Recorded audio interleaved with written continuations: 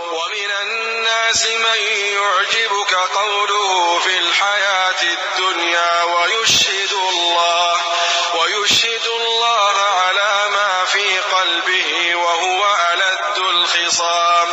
او بعض خلک نه هغه څوک دی چې د دنیا ژوند په باره کې د هغه خبره تو په تعجب کې اچوي او دای په هغه څه باندې الله تعالی گواه کوي چې د ده په زړه کې دی، حال دا چې دای ډیر زیات جګړه مار دی.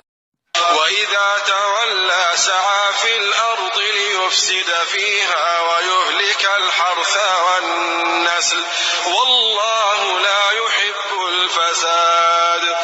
او کله چې بیرته وګرځي نو په مځکه کې کوشش کوي د دې لپاره چې په دې کې فساد وکړي او فصل او نسل تباه کړي، حال دا چې الله تعالی فساد نه خوښوي.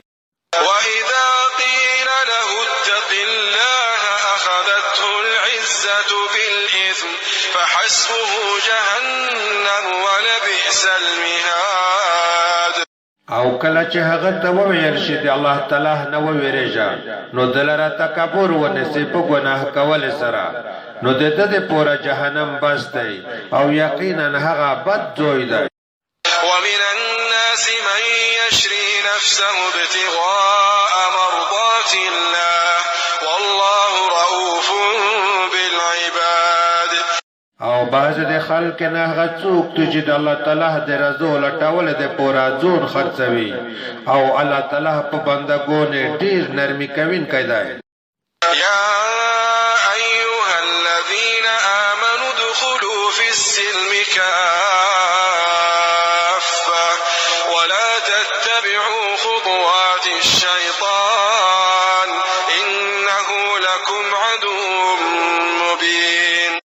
هغه کسونه چې ایمان راوړی دی په اسلام کې پیرا داخل شي او د شیطان په قدمونو پسې مه ځئ، یقینا هغه د تاسو ښکاره دشمن دی.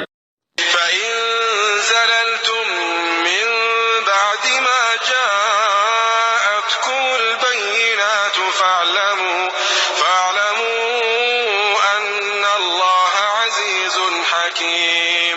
بیا کچېرې تاسو د دې نه پس وشوېدلی چې تاسو ته ښکاره دلیلونه هم راغلل نو پوه شئ چې یقینا الله تعالی ډېر غالب ښه حکمت ولري.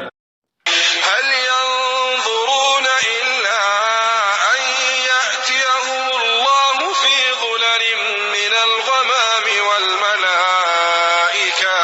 والملائكة وقضي الأمر وإلى الله ترجع الأمور.